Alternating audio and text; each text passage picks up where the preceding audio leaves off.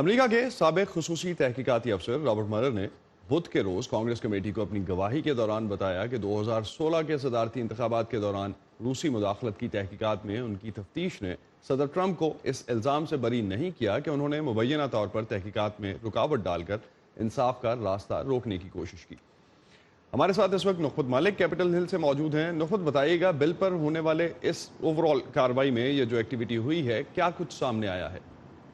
جی اسد، آپ نے بالکل ٹھیک کہا۔ اسپیشل کاؤنسل رابرٹ ملر کا کہنا ہے کہ ان کی اس تفتیش سے یہ واضح ہو گیا ہے کہ 2016 کے صدارتی انتخابات جو امریکہ میں ہوئے تھے اس میں منظم طریقے سے اور واضح طور پر روسی مداخلت ہوئی ہے، لیکن ان کا یہ کہنا تھا کہ اس تفتیش میں یہ واضح نہیں ہے کہ صدر ٹرمپ کی انتخابی مہم کے جو ارکان تھے انہوں نے روس کی حکومت کے ساتھ اس مداخلت کے لیے ساز باز کی تھی۔ ساتھ ہی ساتھ انہوں نے یہ بھی کہا کہ اس تفتیش سے جو نتیجہ سامنے آیا ہے وہ یہ ہے کہ جسٹس ڈپارٹمنٹ کی پالیسی کے تحت صدر ٹرمپ کے عہدے پر ہونے کی وجہ سے ان پر فرد جرم عائد نہیں کی جا سکتی، لیکن تفتیش کے جو نتائج ہیں، جو حقائق ہیں، ان میں ان کے مطابق صدر پر جو الزامات ہیں انہیں ان الزامات سے بری نہیں کیا جا سکتا۔ اس ہیئرنگ میں اور کیا کچھ ہوا اس کی دیکھتے ہیں ابھی ایک جھلک۔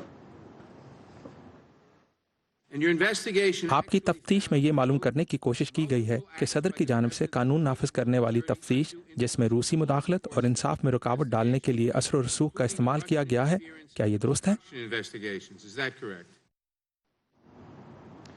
نخبت، اس کارروائی کے بعد رد عمل کیا سامنے آیا ہے؟ ڈیموکریٹس کیا کہہ رہے ہیں؟ ریپبلکنز اس سماعت کے بعد کیا مطمئن ہے اب؟ جی اسد، اگر ریپبلکنز کی بات کریں تو وہ کہتے ہیں کہ رابرٹ ملر کی ہونے والی یہ پیشی کل جو ہوئی ہے ایک سیاسی تھیٹر سے کم نہیں ہے، اور ساتھ ہی ساتھ انہوں نے یہ بھی الزام لگایا ہے رابرٹ ملر پہ کہ انہوں نے کئی سوالوں سے انحراف کیا ہے اس پیشی کے دوران، اور 448 صفحات پر مشتمل جو رپورٹ انہوں نے خود تیار کی تھی انہیں اس پر مکمل عبور نہیں تھا۔ لیکن دوسری طرف ڈیموکریٹس کی بات کریں تو وہ رابرٹ ملر کی تعریف کرتے ہیں۔ وہ کہتے ہیں کہ اس تفتیش سے جو اہم ترین معلومات تھی امریکیوں کے لیے وہ حاصل ہوئی ہے، اور ساتھ ہی ساتھ یہ بتاتی چلوں کہ اس وقت 90 ڈیموکریٹس ایسے ہیں جو صدر ٹرمپ کے مواخذے کا مطالبہ کر چکے ہیں۔ یہ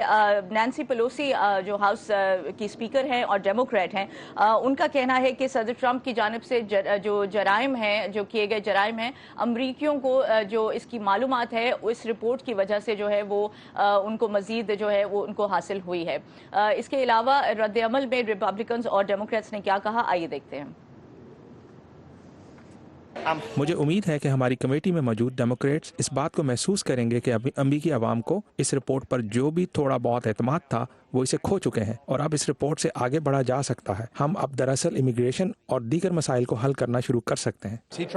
انہوں نے اس تفتیش میں بھی مداخلت کی کوشش کی جو ان کی طرف سے انصاف کی راہ میں مداخلت کے بارے میں تھی،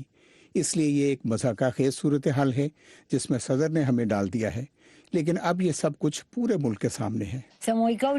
اگر ہم اس راستے پر چلے تو ہمیں یقینی بنانا ہوگا کہ یہ ملک کو متحد کرنے والا قدم ہو، اس لیے ہم چاہتے ہیں کہ یہ ممکنہ حد تک مضبوط کیس بنے۔